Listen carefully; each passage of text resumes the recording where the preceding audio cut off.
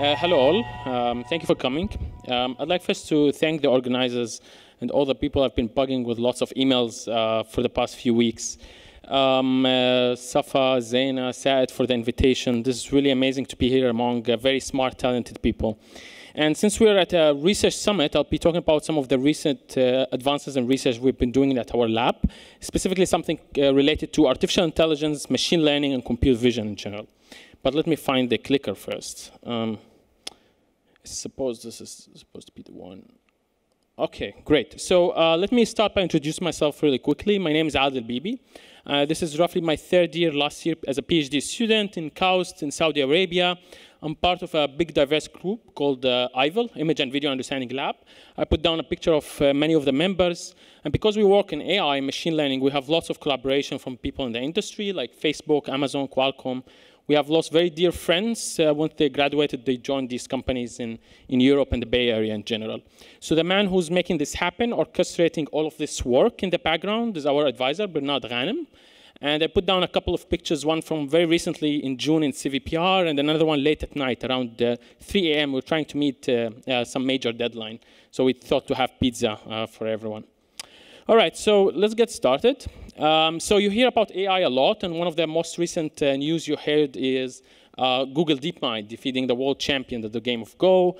OpenAI defeated world champions at the game of Dota 2. We heard news about defeating StarCraft and the best chess engine that we know of, which is Stockfish 9. All of this using artificial intelligence models. But really what's really happening in the background is a model that actually understands videos and images. And it's something what you see at the first video on top, in which the input is a video, and the output is some high-level understanding of what that video is actually happening in it. Is there a person walking? There is a table? Is there a chair? Understanding the sort of physics where you can put something mid-air and this sort of knowledge of information. So this is what I'm going to talk to you today about. And just to make sure that we are all on the same ground, what do we mean by AI? Well, I would like you to think about it as just a model like a small baby, right? You train it the same way you teach babies how they learn. You present them with, let's say I want to model an AI agent that can tell the difference between images, cats and dogs, right? I present it with an image of a cat and tell it this is a cat. I present it with an image of the dog and I tell it this is a dog. And then I train it this way. And it is just, you can imagine this as just one big black box that I'll refer to throughout the presentation as a neural network, an AI agent, and a model. It doesn't matter, really. It's just a black box. You give it input and you give it output.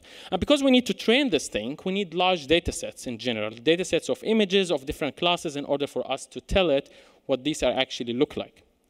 So we need the massive data sets, and one of them is, for example, ImageNet. We don't have to go details, but think about this massive data sets of images, almost 14 million images of different types of classes, different breeds of cats, dogs, musical instruments, and all that, just images and their corresponding labels. We use these massive data sets to train our massive machine learning models.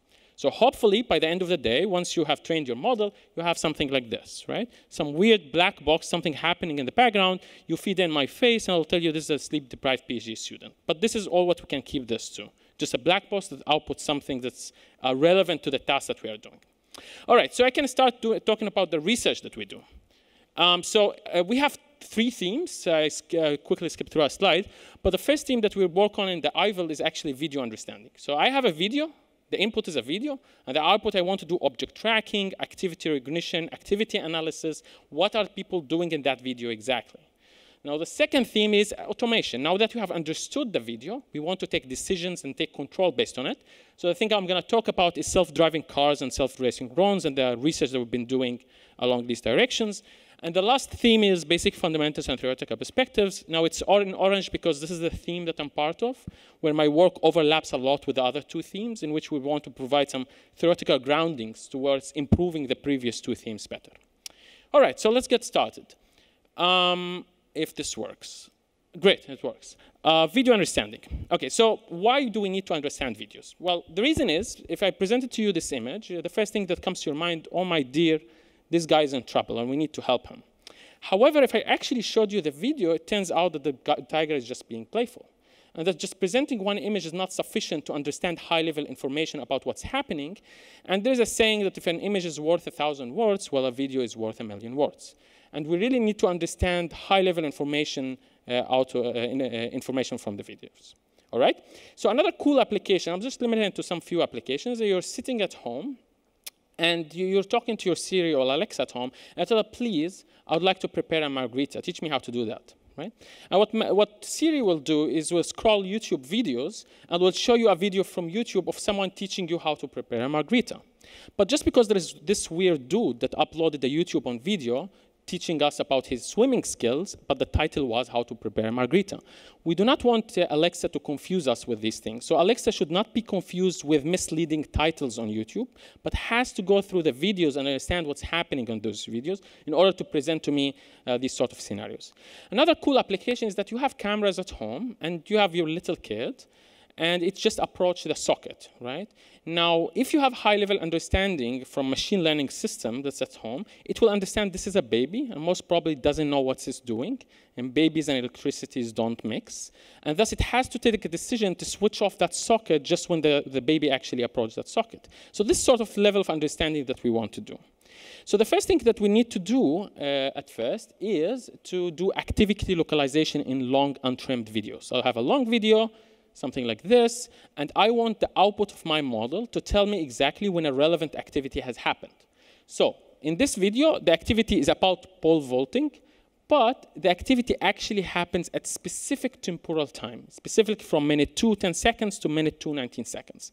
This should be the output of my model. It should not be confused with all the unnecessary background. The moment the pole vault happens is the output of my model. So it will trim out the video at the corresponding locations. All right, so what I'm going to show you now, there is lots of work from our group. I'm just quoting some few papers here. What I'll show you now is some results from our model that have been tested on large scale. So let's have a look at some videos. Unfortunately, 2 of the videos are not working. But now what's really happening is that you have a video, an input video, and then the network will predict where an important activity has happened in that video. And this is where the network speeds up the video until it reaches, in the first case, to pole vaulting. And when that happens, it slows down to normal speed and shows you the activity and moves on. And also the second video down there, which is where the baseball throw actually happens, and everything else is background. Now, what you see in blue is actually the network prediction. What you see in green is what people believe this is a real activity. And you see how much high overlap between the two, telling you that the networks are actually understanding this high-level information. Another very cool video is actually, I want to take your attention to the last video on the right. So we're looking for an activity that's called snow shoveling, specifically. See how long the video is, how it's unrelated. It's related to snow everywhere, but the network managed to localize specifically the location where snow shoveling actually happened and slow down exactly at that location. And I want to highlight here, these are not cherry-picked examples. This has been tested on thousands and thousands of YouTube video hours, and it works very well. And to several months, this has been state-of-the-art results worldwide in the vision community. And the second video is about where do you see a basketball dunk within a long video and long-range jumps as well. OK, so cool. The other cool application is Retrieval. So let's say you're sitting at home. You just remember that you have fun. But just before that, this is a work joint with Adobe that came up just a few weeks ago, so just roughly in July. So you're sitting at home, and you remember this amazing time you had in the Dead Sea last summer. And you went to the beach, you enjoyed yourself. And what you really want to do, you have this Google Photos, you have all the images and videos there, and you want to type in my daughter jumping up and down on the beach. And you want that specific moment of a very long video within a massive database that is related to text. So what we want to do is bring the human language closer to people, translate it to video, and trims out specific location where this happens. So let me show you some few examples. This has been tested again on thousands of videos. So I type into my database, a person is eating a sandwich, and these are the results that we get. So again, this is a moment in a long video from a massive database. I provide a text input, and the result is the moment extraction out of it. I think there are some few nice examples. Yeah. So I can move on to another example as well. Let's see. OK, so there's another example saying a person puts sauce on a piece of meat and skillet, for example. And this is one of the predictions of the network. And see how it localizes the first part of the network very well, first part of the video very well, and shows you, of course, there is nonsense video. Of course, there are sometimes some errors. A guy is actually opening a bottle of beer, I'm assuming. OK, good. Great. So the next theme is about automation. Now we have a high-level understanding from videos. We want to do control. And the first application we'll talk about is self-driving cars and what we've been doing in this direction. Well, you know, big companies like Uber, Tesla, Waymo from Google, and Wave in Cambridge are interested in this, but there is one problem, right? So if you want to train a model that can drive cars in public, the problem is that you can't trust it very much because otherwise it may kill people outside, right? But what you're allowed to do is you can kill many people in simulation, and that's fine. So what these people do is they develop photorealistic simulators. They train their models in simulation and test it there. Once they're happy with the performance in simulation, they try it out on a real system. And this is what we've been doing in this direction. So this is lots of work have been done in this direction. Some of it is in collaboration with Intel. So what the guys in the group did is they developed this very photorealistic simulator where you can draw your own track. You can select the facades and the bushes, trees, and etc. and it will generate this very nice photorealistic rendered scene. So it looks very real, and this is actually a person driving a car with a steering wheel and pedals and everything. So what do we want to do with this? Well, we want to train models on this sort of data, and hopefully it works on real data as well. So the first thing we did is we bought this motion simulator, where we asked people to actually, the guys built this up from zero to, full device in just within less than a week, and they connected it with the previous simulator. And then we asked people to actually drive these cars in simulation.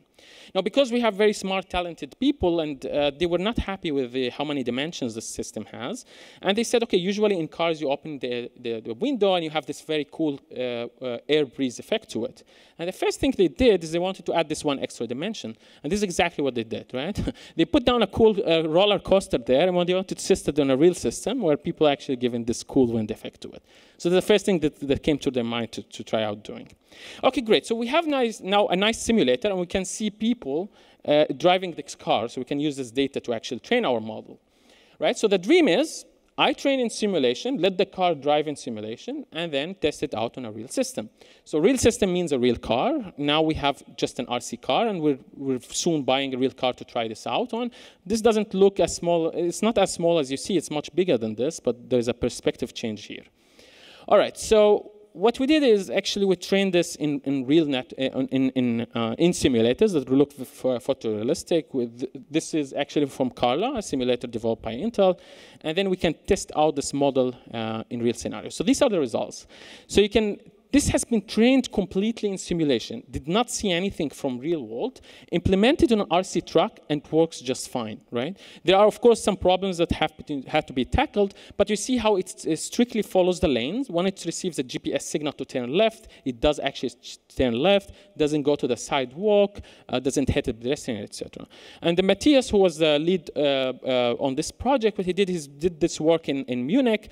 And when he was done, he packed this RC truck, shipped it back to Saudi, unboxed the thing without any extra parameter tuning, put it on the streets of Kaust, and drives just fine, right? So what you see here in yellow and purple are actually what the network thinks a street looks like and what a sidewalk actually looks like. And it works just very nice. You see Matthias on the side actually following that RC truck, making sure it doesn't hurt anyone along the way. OK, so something even more fun, something cooler, right? Let's talk about self-racing drones. So what do we mean by this? We would like to have drones to fly and compete against professional drone races without actually controlling them. The problem, again, is the same issue. I do not want to put this expensive model and to let it fly, and maybe the model is not very accurate, it crashes and destroys, and many thousands of dollars get destroyed. So the first thing to do is actually to get a photorealistic simulator, right? So we have this very nice stadium called Safa Club on campus. And what the guys did is, with the help of a startup company in Kaust, they actually let drones fly around, scan the whole area, render the scene, and generate this photorealistic image of it. So the first image you see is an actual image of the stadium club, of the stadium. The second one is simulated after 3D scanning the whole thing.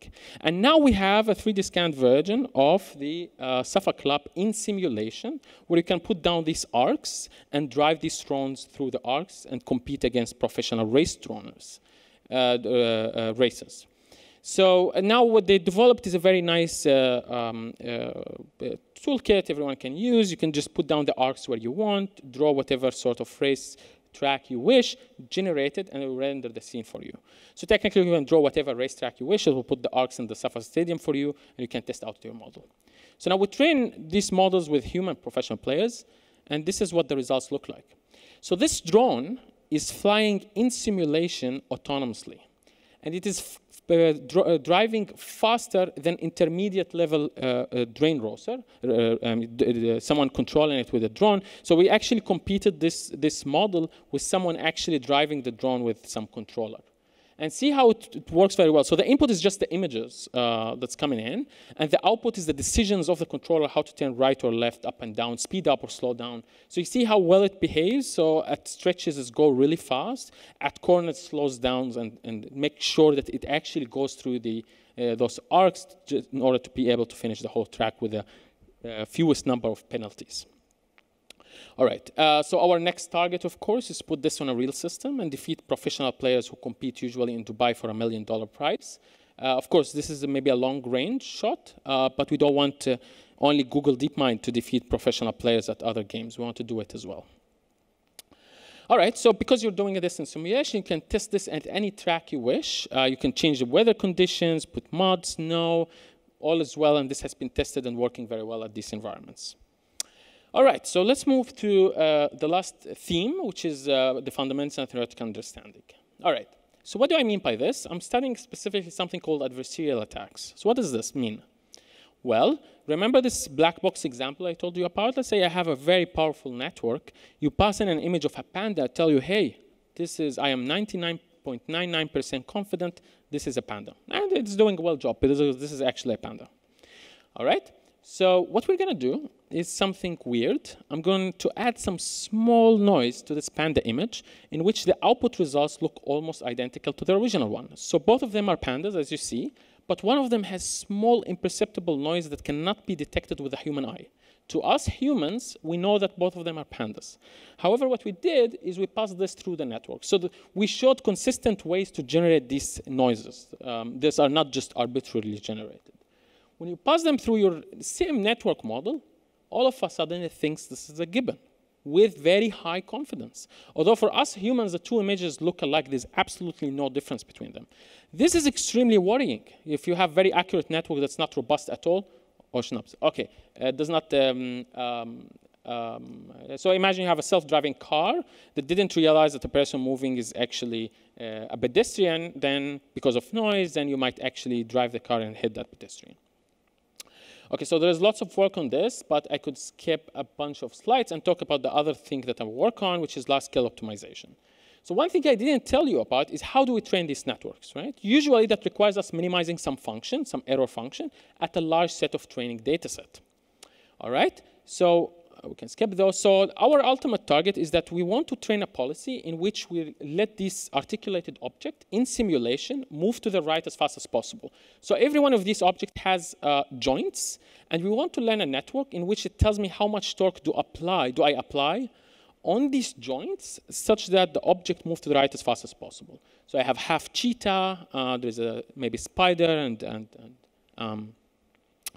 a snake, okay? So we can step with the slide. And again, what our ultimate target is to get algorithms that can learn these sort of behaviors as fast as possible. So let me give you this is the last slide. I'll give you the last two examples. So this is how you do. This is with few number of iterations.